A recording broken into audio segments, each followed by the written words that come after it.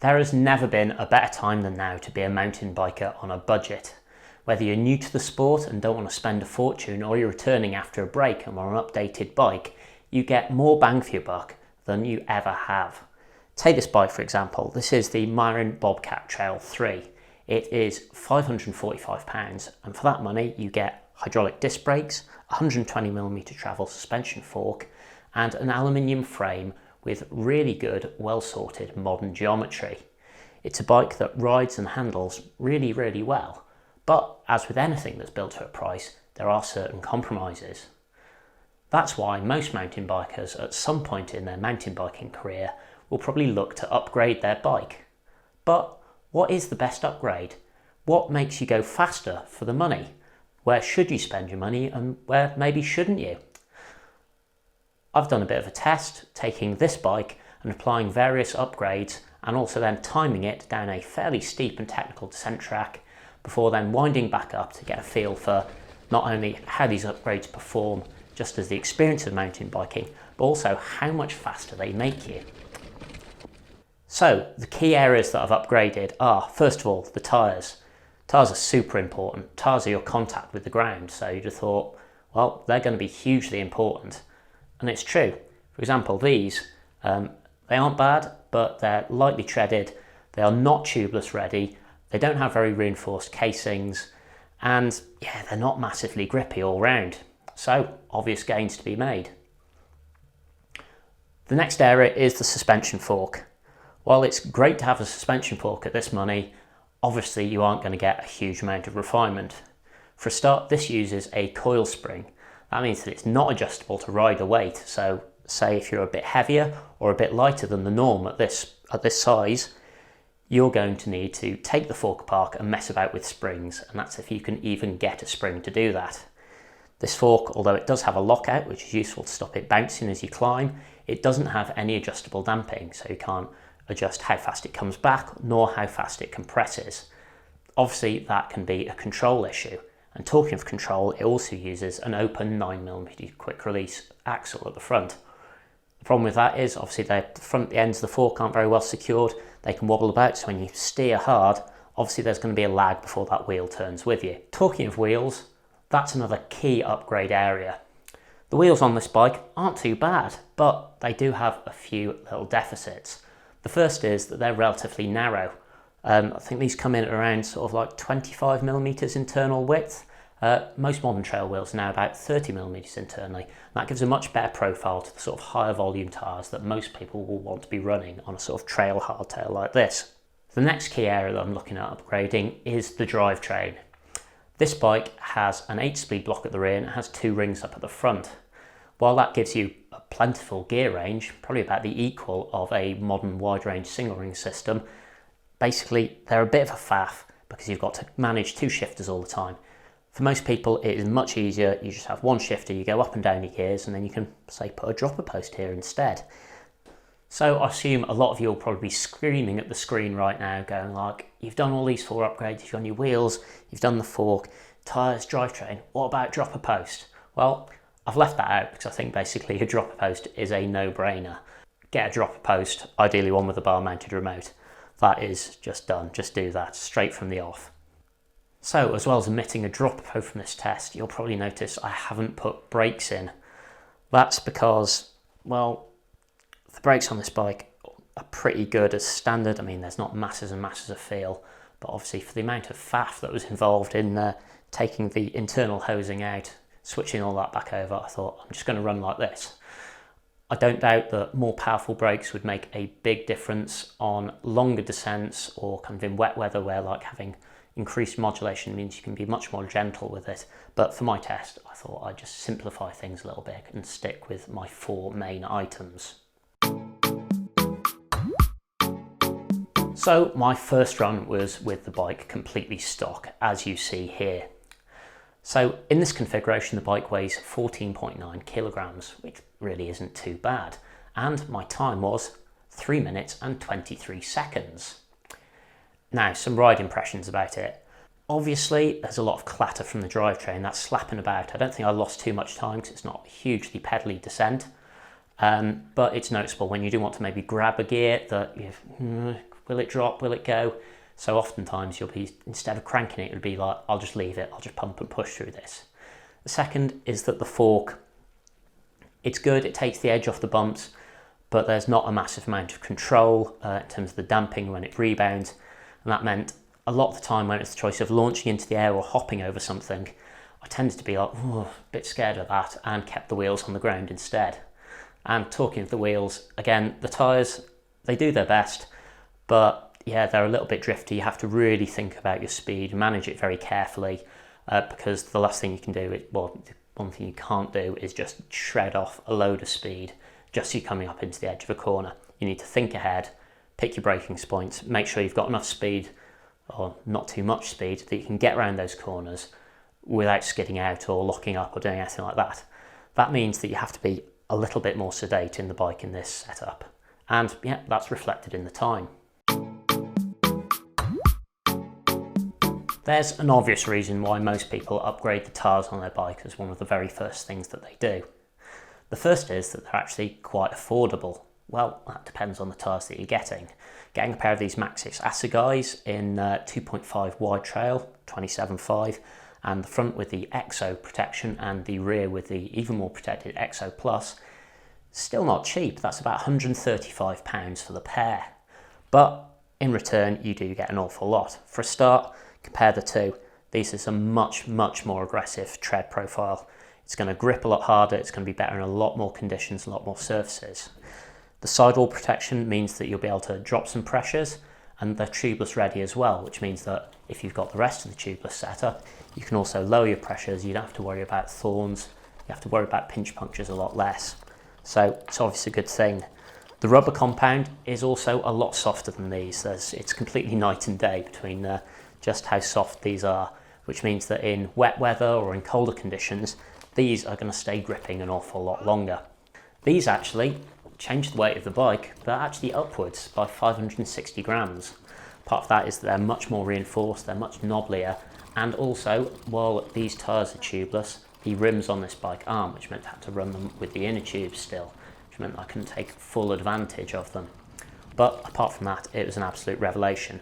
The bike, it just handled so much better. I could brake later, corner harder. I just had more confidence in being able to sling it into steep, tight turns.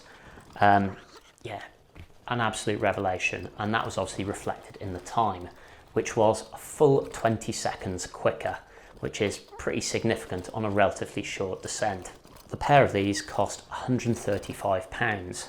I think it's about 60 for the front, and then a little bit more for the rear one because it's got the heavier duty casing. But obviously that is money really well spent, in my opinion. You also stand to reap more benefits because they're less likely to cut. If you do upgrade to tubeless, these are ready to go. Yeah, it's an absolute no-brainer. So my next upgrade was the wheel set. This is a Halo Vapor 35 wheel set. It's got a 30mm wide rim, it's tubeless ready, even comes with valves. The hubs, cartridge bearing's really good, and listen to this. It's got a really nice fast pickup on the free hub. So when it came to the weight, it didn't actually make much difference. In fact, it made the bike about 100 grams heavier, which is unsurprising. But the difference is that these wheels are obviously an awful lot stronger than the standard ones fitted. You're going to be able to deal out a lot more abuse. They give the tyre a better profile because they're wider. Yeah, they're really good. These are actually eyeletted, which means they should survive a lot more hammer than the stock wheel set you see on this bike. However, while the benefits in ride benefit were actually very noticeable, most of all, the fact that the free hub picks up so much quickly means you can just get in a little quarter crank and crank out the turns, do all that sort of stuff, and you can just be confident this thing is going to bite and go whenever you press on the pedals. While all that was brilliant, it didn't actually make a huge difference to the time. I cut off 2 seconds, which is probably off in the kind of the margin of error of my riding, I would say. But apart from that, yeah, I'd say an interesting upgrade to make, and it's one that will actually give you much more potential for future upgrades, especially actually with this wheel set, because as we'll speak about when I get to the fork, standards become a bit of an issue when you start upgrading a bike. The third upgrade was the fork. Obviously, this is a biggie. A suspension fork is very expensive. This, in fact, is £819. This is a Fox 34. It's got the grip damper, so you get adjustable compression damping with lockout. It's air sprung. You can adjust the volume spacers in there to change the progression. It's got a through axle. It's got a nice sturdy chassis. And if you look at these two side by side, you can really see the difference. It also has a tapered steerer. This is a bit of an interesting point because obviously this bike has a straight steerer. Luckily, because this uses a 44mm ID headset, it means you can actually knock out the lower cup of this, fit a new headset like this one from Cane Creek, and with a bit of messing about, you can be good to go with a new fork without having to change your frame. The fork, the time of the fork was actually a real surprise to me. So it actually went the fastest of the lot. We went 26 seconds faster with this fork fitted, which is quite bonkers. So that's faster than the tyres. So this fork, stock tyres, solid 6 seconds quicker. I think that's a reasonable thing. And it was really obvious when you're riding it where that difference was coming from. The first is just the turn-in. Completely different. I hadn't realised how flexible this fork was until I rode with this one. And this, when you turn the wheel goes. So if you're going across a cross-cambered thing, you can turn up the hill into it and it'll track. Because the damping's really nicely controlled, it's supple through the travel. It means I didn't mind like hopping and leaping off things, swerving about. You can just take far more liberties and this fork will let you get away with it. I strongly suspect that if I'd been riding in the wet, the tyres would definitely have had the edge, because at the end of the day your traction is still going to be limited by what's contacting the ground. But I was super surprised at just how radically different this made the bike feel. However, there is a big caveat with upgrading your fork. As I've mentioned before, it's not something that can be done in isolation. So with this having a straight steer, this having tapered, you need to mess about with buying a new headset. This is another £40 on top, so 820 quid, 40 quid. And also, because this uses a 50mm through axle, you also need to have a wheel, or a new hub. So yeah, if you're looking at the Halo wheel, if you want to buy just that front wheel on its own, that's another 150 quid. So this, for this complete upgrade, it's £1,009, which is a serious amount of money. And I know, yeah, you can buy a lot cheaper forks than this, but you've always got to bear that in mind, that this is an upgrade that can be done in isolation. You need to do a whole host of supporting mods before you get it. Okay, the fourth and final upgrade I did was Drivetrain. So this is SRAM's NX Eagle group set, and first things first, as you can see, it's a single ring setup, which means no more shifter on that side. It's also got 12 ratios rather than the 8 of the block there, and if we just compare the size of these side by side, you can see how massively different the range is. Again, this is a mod that I didn't expect to make much difference in time, and that's exactly what happened. It's about a second faster. Again, that's neither here nor there. But what I would say is that the bike was an awful lot quieter, and I felt that, when I did want to crank, I knew that this thing would engage, and I knew that the chain wouldn't be slapping around. I wouldn't crunch and get a missed gear. I didn't need to worry about the chain coming off the front. And I think if you're doing like a super long rocky descent, that'll probably be worth quite a lot of time. But it's obviously in ride experience where this had the biggest dividend. These gears aren't bad, but they're not bad for an entry-level kind of group set. This is completely different. It shifts sweetly, smoothly. The fact that you can go all the way up and down the block without having to shift on the front rings is superb, and that's worth a lot of time, I think, if you're doing sort of single tracky up and down climbs where you're constantly shifting ratios. It's less important in my test because that was mostly downhill with the odd little flat section, and then obviously I kind of rode back up. But I mean, this is something that you should definitely look at doing at some point. Okay, so let's do the scores on the doors from top to bottom. In stock configuration, this bike weighed 14.9 kilos, and I did my descent run of 3 minutes and 23 seconds. When I changed the tyres to the Maxxis Assegais, the weight actually went up by 500 grams to 15.46 kilograms. the time did go down very significantly. I dropped 20 seconds off for a 3 minute and 2. When I changed just the wheels in isolation, the weight stayed pretty much the same, actually up 100 grams, but also the time didn't change drastically either. I think I chipped about 3 seconds off, which is, to be honest, neither here nor there. The fork was actually the big surprise. So for a start, it knocked a whopping 1.15 kilos off the weight of the bike. That fork is a full kilo lighter than this one. It's amazing when you pick them up, the difference. It also made an amazing difference to the descent time. I did a 2 minute 57, so that's 27 or 26 seconds that I knocked off. The drivetrain, again, that didn't do huge things either way, so it dropped about 400-500 grams off the weight of the bike and about 2 seconds, which again isn't really particularly significant. It did obviously change the way the bike rode completely, which is the same with the wheel set. Just because they haven't made a big difference doesn't mean that they're not worth doing. In terms of rideability, the drivetrain was actually huge if you're riding single track on up and over kind of lumpy stuff. Just the fact that it's always engaged, the chain isn't slapping around, you don't need to mess around with 2 chain rings at the front. That makes a big difference. And it's a similar story with the wheel set. That's just more durable, it gives a better shape to the tyres, you can run tubeless, you can upgrade over time. All these things are very big. Obviously, when I did all of the upgrades all at once, this rode like a completely different bike. That is not surprising, seeing as the total cost of all those upgrades was £1,909 on a £545 bike. Obviously, that doesn't really make very good financial sense at all, but it did make a huge difference to the time. I chipped a mighty 36 seconds off, and the bike handled better in every single respect. That's not really surprising. So to put some value things into context, the tyres, that was £6.75 a second. The wheels, £133 a second. But again, that's not really fair because they made the bike ride a lot nicer. The fork, even though it's by far the most expensive upgrade at £1,009, once you factor in the new headset and the new wheel that you also need to buy, that's actually £39 a second on my test track, which is still fairly stiff money, but it's not as much as just the drivetrain. Obviously this test isn't really fair in this regard, because obviously that didn't chop off much time on the descent, and it also cost £365, so that is £182 a second, which is quite rich by anyone's standard.